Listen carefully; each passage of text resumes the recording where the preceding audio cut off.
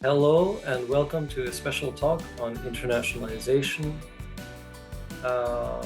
at Halmstad University in Sweden. We have some accessible courses in English, and there's quite a bit of cultural exchange because most people come from abroad. We also have exchange opportunities, but do we always understand each other? Maybe not. So the goal today is to explore some cultural differences. Why? The idea is that hopefully this can enable better communication, avoid misunderstandings, and help our students, help you to be successful. In our last program conference, we were talking about retention rates and a low rate of retention. And one of the student representatives said, maybe it's because some of our students don't know about the way of learning in Sweden. We also have national pressure on our programs to work with internationalization. So maybe this is a good thing to look at it here. And of course, we hope that this can help you after your studies when you go anywhere, maybe if you go to a different country as well. So what does it mean to live abroad? Well, I think there's good sides and bad sides in various ways with regard to food and whatever. On the good side, maybe you get new knowledge, can meet new people, form new bridges, and you have more options. On the bad side, maybe you might feel isolated and stressed out, and you might start to have thoughts about identity. Who are you? So just a quick self-intro. I've lived and worked in a bunch of different countries. So some terms that relate to cultural differences. One is cultural deficit theory. And this is the idea that just in some settings, students might not get all the support. They might not have the background that's expected. This can be maybe they don't know about what active learning means. They don't know how to speak the language of the country so well. And then there's also expectation theory. So it doesn't really, this looks not what the objective reality is of what people know or don't know, but rather about the stereotypes that we have. So maybe a teacher has a stereotypes about some type of students, and then because of that, they act towards them in a certain way. And by acting toward them in that way, it actually then the student puts in less work, and it's a self-fulfilling prophecy. Sweden. What's the culture of learning like in Sweden? Well, students are expected to be independent. You're supposed to work, you're supposed to study and learn full time. That's 40 hours per week. And we usually have 2 courses going at any one time. So that's usually 20 hours per course, full time from the morning to the late afternoon, the evening. And this is not just attending lectures, but it means that you will also be working on what you're learning in the lectures. Maybe you're looking up stuff and doing assignments, whatever. And in most of Western teaching, I think the emphasis right now is on active learning. So that's trying to get students to learn in a very active and independent way, where it's not the teacher who's at the head of the classroom reading out of a textbook or something like that anymore. It's more the teacher acts as an enabler. And we try to have good aligned learning activities where the goals and the ways to evaluate and the processes are all aligned. The stereotype in Sweden, I guess, is also that modesty is prized. So we have this jantelage in Scandinavia, which is you shouldn't think that you're better than anyone else. In Japanese, you have the expression, a nail that sticks out gets hammered in. This, you can see a little bit of this. Usually students call teachers by their first name. It's very informal. There's good wage equality as far as I know. compared to where I'm coming from. This there's a polite version of where how you can say you also in Swedish, but almost nobody uses it. Even there's this story about somebody trying to use it with a member of the royal family, and the person saying, "No, just I'm a normal you." There's this idea of lagom, so not too much, not too little, doing stuff in moderation. So, for example, there's this Luridogs goodies. You can have sweets on Saturday, maybe, and then you don't eat the rest of the week. So it's okay to indulge from time to time, but not all the time. And this relates also to the work-life balance. There's this expression, take it easy, ta det lugnt. People will often have coffee and snacks at certain times of day. At ITE, at our department, it used to be that some people would gather around 10 o'clock and 15 o'clock. Some of the teachers would have coffee together.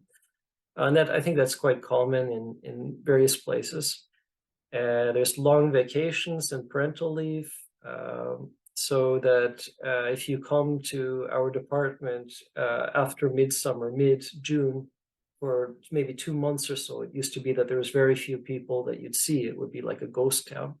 Also, some people don't like emails on weekends outside of work hours, like late at night. And Friday afternoon, there's also this tradition of having a cozy Friday.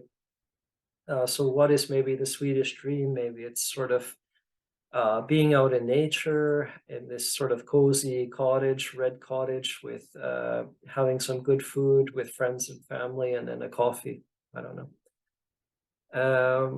Some small differences in Sweden that might be interesting for you if you've never been here before is that people use the academic corridor. That means that if you say a class starts at 9, often it will start at 9:15. I won't get in the reason for that, but people here love talking about week numbers. So you'll say something like week 36 or something, and people maybe expect you to know what that means, rather than, maybe in Canada you would say, you'd say like September 1st to September 9 or something like that. Windows and doors can be quite heavy. The language, it can be not so clear how to pronounce it at first, and people here tend to speak excellent English. In academic life, you have this degree called the licentiate degree, which comes between the master's degree and the PhD. So it's about 2 years after the master's, you can get this degree called licentiate. It's optional. And then after the PhD, you have another one, like a second PhD called the docent. I've heard from a Polish teacher who said that the Swedish guys he knows prefer to, when they give feedback to students, that they want to be a bit friendly. So they're not completely frank always. Whereas in Poland, they'll tell you, they'll criticize you more because the students there apparently expect that. And in many Western countries, like Sweden, plagiarism is not accepted at all. India, we have many students in our programs from India. And so I've looked on the internet a little bit for Indian culture. I don't know how true all of this stuff is, but they say that Indian students tend to be very polite. So saying yes, even when they might not feel that way, to avoid conflict. They tend to prize the group first. And there's this gesture, this nod, like a bit, I think this is very normal, and I think people don't get very confused with that. Teachers are sometimes called professor, even when they're not a professor. They're not a full professor or an assistant professor, whatever. Any teacher might be called a professor. Or sir is very common. So when I first heard that, I thought, oh, I'm not really a sir, but I think that it's very polite and nice, and I don't think anybody's really annoyed by that. And then there's this question as maybe education can be a bit more lenient in some places in India, that there might be more rote learning, like where you're told to memorize something, rather than discussing and debating and sort of coming up with your own problems and creative ideas or whatever. There's a feeling sometimes that students expect the staff members to have more power than they do, that it's not, we tend to work in Sweden very much with the rules that we have. We have to be fair to everybody, but there's sometimes, it feels like there's an anticipation that if they talk to somebody who is a bit higher up, that they can just say, okay, you can do this even if it's against our rules. That's not very common. I also heard from a researcher that some percentage of plagiarism, like 10% or so, can be allowed by policy. Also, I think in India, there's very, very many different languages, and how many depends on your definition, but very many. So that sometimes our students who come from different regions of India maybe talk English to communicate. And for some students, they mentioned that it was the first time that they saw ice forming in the river or in the sea. Europe, we get students from different countries in Europe. Sometimes, for example, from Salzburg in Austria. And I don't know, the stereotype maybe for Germanic countries is maybe that they appreciate a little bit of formality and preciseness. So you might have this long way to call your professor, where you say if they're male or female, Miss or Mrs., and if they're a doctor or professor or whatever. This polite way of saying you, do, and sie.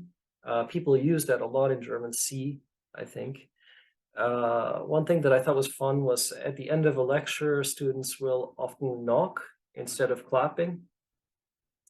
People talk about low context cultures and high context cultures.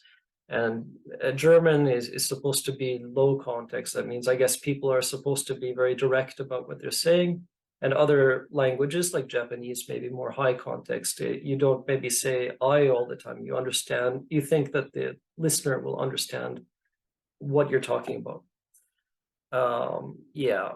And France, one of my impressions is that we always get many students from France who want to come to Sweden in the summer for internships. It's very common for, I think, French students to go abroad and get practical experience. I think they place emphasis on that in France. When I was in Norway, I think this is not representative maybe of all of Norway, but where I was, we ate very fast at lunchtime. We had 30 minutes to get in and get out. And when we did a task afterwards, they said this phrase that sounded to me like well blown. Maybe it comes from hunting or something. Scandinavia, the internet said that also sometimes with children in Scandinavia, it's people think it's okay if children experience a bit of danger and fear when they're exploring new things, that it can be good for them. Asia, yeah, and I'll talk mainly about Japan because that's where I spent my time, but I think Korea and China, they also have some similarities in that all of these countries, I think the students tend to be, my stereotype is that the students tend to be very serious and hardworking. In Japan, you have this word like otsukare-sama, for example, which is like at the end of the day, you say that to somebody, good job. You must be tired, literally. They've got this word karoshi, which is a word for dying from too much work. And if you listen to people's stories, like my wife, she'll talk about how she would study all day, every day when she was a student, very long hours. She would go to like an after-school cram school, a juku. They have few vacations, like in April, May, and August, maybe, the Golden Week in Obon. There can be quite strict rules. Maybe it's important not to lose face.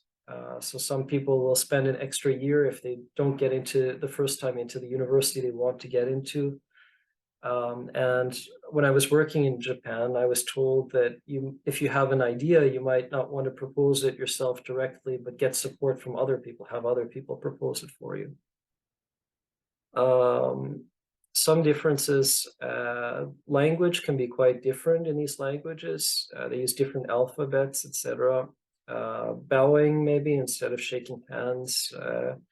There's usually quite complex conventions for being polite to different people, like the elderly or whatever. Your teacher at university might be a sensei, and then your upperclassman, a senpai, a researcher at a lab might be a son.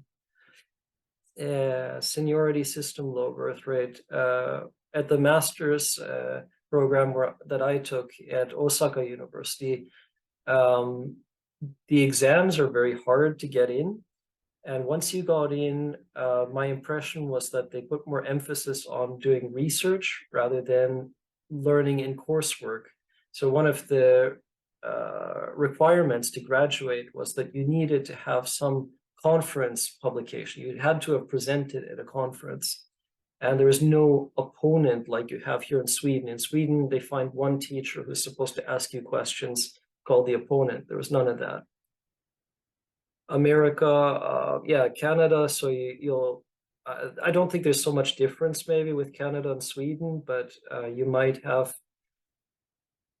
hear a lot of small talk. People will always ask you, how are you? And they don't expect an answer. They just expect you to say, I'm fine, thank you, basically.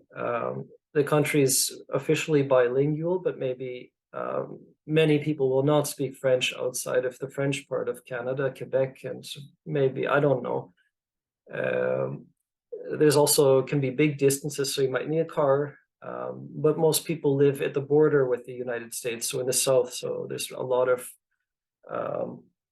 bigger distances up north, and they can be quite cold. So where I'm from, it was often -30, and so you'd have to wrap yourself up quite warm if you're walking to university. Actually, I could skate to university, which was fun. The US, so I've never studied in the US, but my stereotype that I think of immediately is I think of these Ivy League schools like Harvard and MIT, and I think of student loans. Because the prices can be quite high. South America, we had some people come to us from Colombia for one of our research programs, and I noted there too that they would call themselves professor even when they weren't a professor. They were like they didn't even have a PhD. They were just maybe a researcher, but they would call themselves professor. So various other stuff.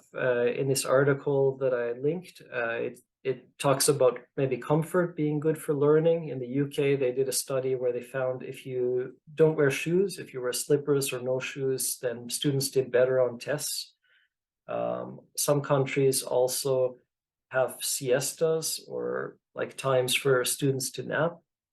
In Finland, there was this policy in some schools for having these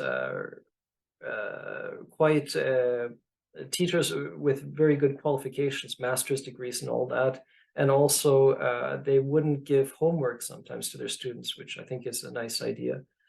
Denmark, the link said that some teachers would have coffee with their students, which creates a friendly atmosphere. And I've seen that also in Sweden, which I think is nice sometimes.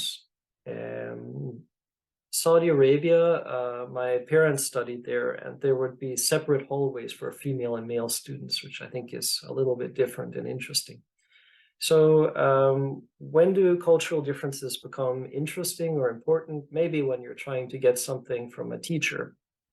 So who are your teachers? Well, we're also from all around the world. We're not all from Sweden. And typically your teachers have very little time. They have a huge amount of responsibilities. Things are very competitive. And so it's good if you are very clear with what you want from your teacher. How do you contact your teacher? Well, you can meet them, of course, after class, or in class, or you send an email or phone or go to their office, and you can find the good information on Google. Just a note that we use this system Blackboard, but teachers often don't check it. So how do you write an email to a teacher? Well, this is how I write my emails. I usually write something like "Dear" and then their first name. And then I might say, "How are you?" because I'm Canadian, I like to say that. Or maybe not all Canadians do that, maybe it's just me. But then it really helps administratively if you can say your student number, if you're a student with us. So we have because sometimes students have 5 or 6 names, and we have no idea how to look you up in the system unless you say it. Give a clear question, short, clear, but do provide the context. So if you're asking about some problem that you're working with, you might want to say, what is the setup where you tried it? Are you using Windows 10 or whatever? Just like on an online forum, if you're asking for help, you would say, what you're using and what you've tried. So this is another gripe I think that some teachers have, that the students don't even try something. They just want an answer immediately without thinking for themselves or going to effort. So if you can say that, this is my idea, is that okay? That tends to get maybe replies faster. So I think students sometimes also try to use informal language with their teachers. I'm totally okay with that. I don't care at all what somebody calls me, but some teachers do have sort of ideas about this, that teachers and students, you're not family, you're not friends, it's a work relationship. And so it should be a little bit formal. So you might want to be careful with that. Anyway, your task regarding culture at Halmstad University. Here you're expected to show awareness of the learning that's expected in Sweden. We talked about that a little, and to try to respect other people's cultures. And that's it. So thanks very much for today. I hope it was slightly interesting. See you.